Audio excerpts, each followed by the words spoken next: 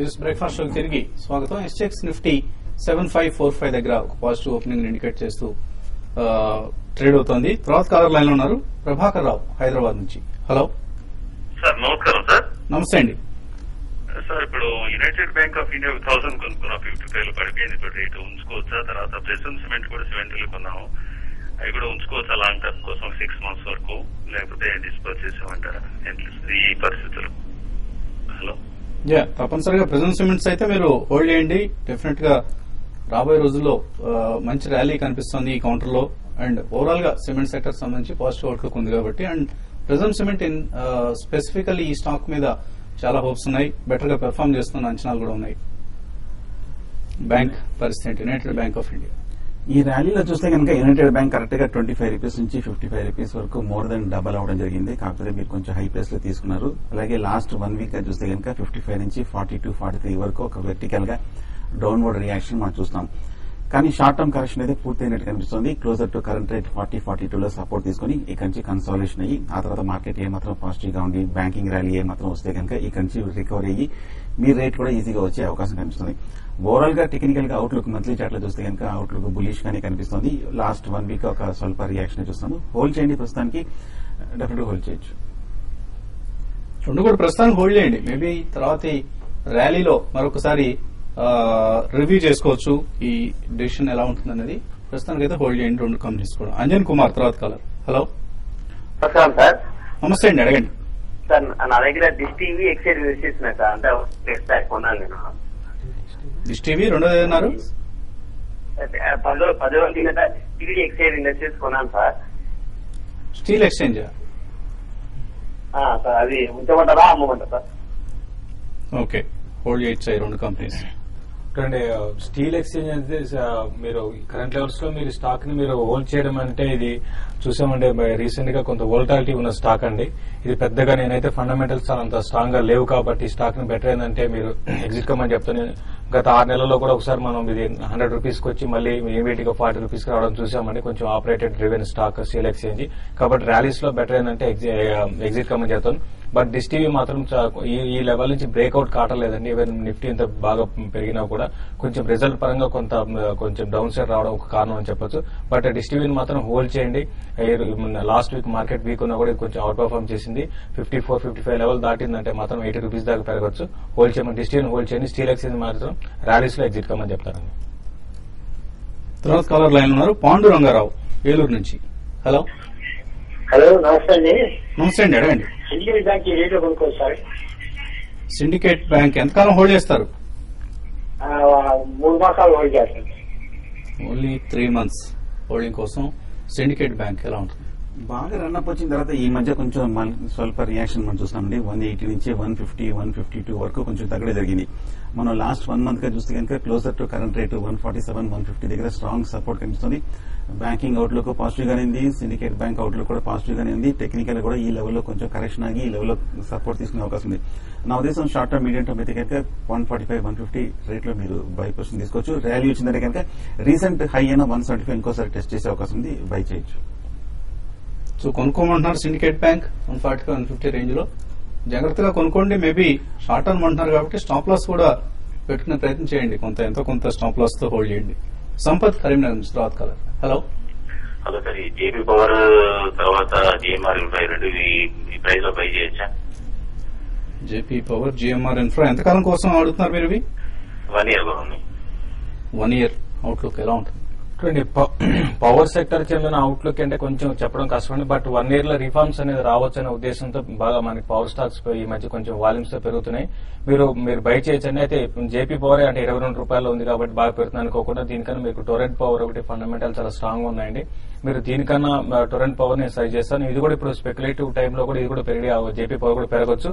మీరు ఏదైనా కూడా బై చేసుకోవచ్చు అండి. ఈవెన్ జిఎంఆర్ ఇన్ఫ్రా కూడా కరెంట్ లెవెల్స్ నుంచి మీకు కొంత డౌన్ సైడ్ ఉన్నా కూడా బట్ 1 year అంటున్నారు కాబట్టి మీరు డెఫినెట్ గా 2 స్టాక్స్ కూడా బై చేసుకోవచ్చు. నాదైతే టొరెంట్ పవర్ మీరు కరెంట్ లెవెల్స్ లో కూడా బై చేసుకోవచ్చు అండి.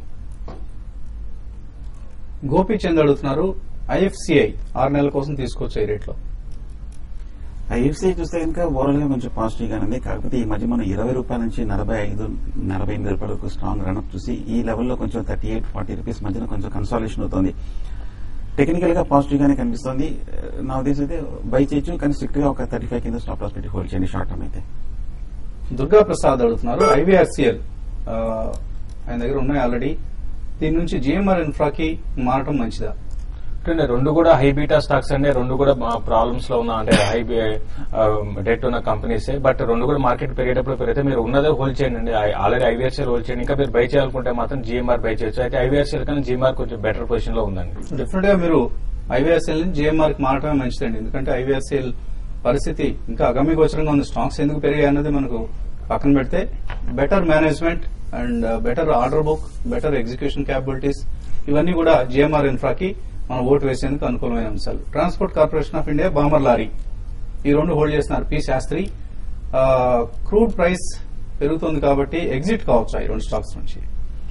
బట్ ఓవరాల్ గా ఆ ఇంపాక్ట్ అయితే ట్రాన్స్పోర్ట్ కార్పొరేషన్ ఆఫ్ ఇండియా మీద చూడట్లేదండి. మనం క్రూడ్ కనుక 6,000 నుంచి 6,500 పెరిగినా కూడా హై లెవెల్లో కూడా transport corporation of India 200 rupees దగ్గర చాలా స్ట్రాంగ్ గా కనిపిస్తుంది. ఒకవేళ కనుక లాంగ్ టర్మ్ అయితే కనుక నా ఉద్దేశం మీరు హోల్డ్ చేయొచ్చు. సో ఇమీడియట్ గా అయితే భయపడాల్సిన అవసరం లేదు. అలాగే బామర్ అండ్ లాయల్ కూడా చూస్తే కనుక 300 రూపీస్ నుంచి 560, 570 వరకు పెరిగి పెద్ద రియాక్షన్ రాలేదు రెండు స్టాక్స్ లో. అంటే స్ట్రాంగ్ బయింగ్ వస్తుంది, హోల్డ్ చేయండి. సో బామర్ లారీ మీరు అన్నట్లు కొంత ఇంపాక్ట్ ఉండే అవకాశం ఉందండి. క్రూడ్ ప్రైస్ సంబంధించిన అంశం కొంత ప్రభావం చూపించే అవకాశం ఉంది. But transport corporation of India like it's a logistics company, ఆ ఇంపాక్ట్ అంతగా ఏమి ఉండదండి. టీవీఎస్ మోటార్స్, హిందుస్థాన్ జింక్, ఈ రెండు 6 months కోసం తీసుకోవచ్చు. జగన్నాథ్ నాయుడు. టీవీఎస్ మోటార్స్ అయితే ఫండమెంటల్ చాలా మంచి బ్రేక్అవుట్స్ రావడం చూసామండి. న్యూ ప్రోడక్ట్ సక్సెస్ కావడము, సేల్స్ పెరగడము. డెఫినెట్ గా టీవీఎస్ మోటార్స్ ని బై చేసుకోమంటాను. నేను హిందుస్థాన్ జింక్ కూడా మీరు 6 months కోసం బై చేసుకోవచ్చండి. Karanam Rajendran, RCF and Tata chemicals. RCF 48 లో ఉన్నాయి, టాటా కెమికల్స్ 340 లో హోల్డ్ చేస్తున్నారు. ప్రాఫిట్ బుక్ చేసుకోవచ్చా ఇక్కడ? ఆర్సీఎఫ్ లో ప్రాఫిట్ బుక్ చేయొచ్చండి. అనూహ్యంగా పెరిగింది కరెక్ట్ గా. కాకపోతే లాస్ట్ ఫ్యూ డేస్ చూస్తే కనుక 70 రూపీస్ దగ్గర కొంచెం స్ట్రాంగ్ రెసిస్టెన్స్ కనిపిస్తుంది. ఓవర్ బాట్ లో ఉంది. 70 రూపీస్ దగ్గర మంచి ప్రాఫిట్, మీరు ప్రాఫిట్ బుక్ చేయొచ్చు. పార్షియల్ గా చేసుకోమంటారు, కంప్లీట్ ఎగ్జిట్ అయిపోమంటారు? పార్షియల్ గా చేయొచ్చు. నా ఉద్దేశం డిప్ లో బై చేయొచ్చు. అలాగే టాటా కెమికల్ కూడా కరెంట్ రేట్ దగ్గర షార్ట్ టర్మ్ అయితే ప్రాఫిట్ బుక్ చేయొచ్చు. సో మీ వాల్యూమ్ లో 700 షేర్స్ అంటున్నారు కాబట్టి ఒక 350 షేర్స్ అమ్మేయండి. మేబీ మిగతా షేర్స్ హోల్డ్ చేయండి అండ్ ఫర్దర్ ర్యాలీ వచ్చినప్పుడు మళ్ళీ అమ్ముకోవచ్చు ఆర్సీఎఫ్. మీరు వర్క్ హార్డ్ 610 లో కొన్నారు శ్రీనివాస్, ఏం చేయాలి ఇక్కడ? లాస్ బుక్ చేయాలా? లాస్ అయితే కొంచెం వెయిట్ చేయండి. అంటే లాస్ బుక్ చేయాల్సిన అవసరం లేదు, కొంచెం వెయిట్ చేయండి. మీ రేట్ రావచ్చు, వచ్చినాక మీరు మీ రేట్ నుంచి బయటపడండి. హరినాథ్ రెడ్డి అడుగుతున్నారు Gokuldas exports, about India, Rajesh exports, ఈ మూడు long term view, long term ఎలా ఉంటాయి మూడు కూడా? నా ఉద్దేశం అయితే ప్రస్తుతం ఓవరాల్ గా మిడ్ క్యాప్ అన్ని కూడా పాజిటివ్ గానే ఉంది కాబట్టి ప్రస్తుతానికి హోల్డ్ చేయండి. అంటే పర్టికులర్ గా ట్రాక్ చేయలేదు, బట్ ఓవరాల్ గా పాజిటివ్ గానే హోల్డ్ చేయండి. గోకుల్దాస్ ఎక్స్పోర్ట్స్ డెఫినెట్లీ మీరు అన్నట్లు లాంగ్ టర్మ్ అద్భుతంగా ఉంటుందండి.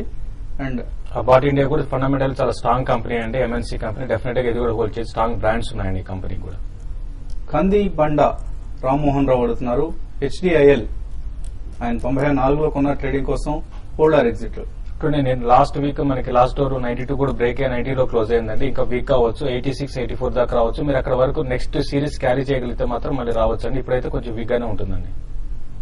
మేబీ క్యారీ ఫార్వర్డ్ చేసుకోండి మీ పొజిషన్ ని, ప్రీ బడ్జెట్ ర్యాలీలో ఎగ్జిట్ అయ్యే ప్రయత్నం చేయండి. ఆదినారాయణ అడుగుతున్నారు హైదరాబాద్ నుంచి పటేల్ ఇంజనీరింగ్ 135 లో కొన్నారు, జేఎంఆర్ ఇన్ఫ్రా 36 లో కొన్నారు, హోల్డ్ చేయొచ్చా, సెల్ చేయొచ్చా? పటేల్ ఇంజనీరింగ్ కూడా బాగా పెరిగిన స్టాక్ అండి. కాకపోతే హైయర్ రేట్ లో 145 నుంచి 125 వరకు స్వల్ప రియాక్షన్ చూస్తున్నాము. కరెక్షన్ పూర్తయిపోయిన కనిపిస్తుంది, హోల్డ్ చేయండి. జిఎంఆర్ కూడా హోల్డ్ చేయండి. ఐడివే, యూనిటెక్, స్పైస్ జెట్, ఈ మూడిట్లో 10% లాస్ ఉన్నారు మహేష్ రెడ్డి, ఏం చేయాలి? మీరు చెప్పిన ఇవన్నీ కూడా ఏంటంటే రీసెంట్ హైస్ నుంచి బాగా కరెక్ట్ అయిన స్టాక్స్ అన్ని హోల్డ్ చేయండి. ఐడివే, యూనిటెక్ ని హోల్డ్ చేయండి. స్పైస్ జెట్ మాత్రం ర్యాలీస్ లో ఎగ్జిట్ కమ్మని చెప్తానండి. ఇంకా చాలా మెయిల్స్ మనకు మిగిలిపోయి ఉన్నాయి, కానీ సమయం కూడా మించిపోయింది. ఇది వాళ్ళ బిజినెస్ బ్రేక్ఫాస్ట్. మధ్యాహ్నం 1:30 మళ్ళీ స్మార్ట్ ఇన్వెస్ట్ లో కలుద్దాం.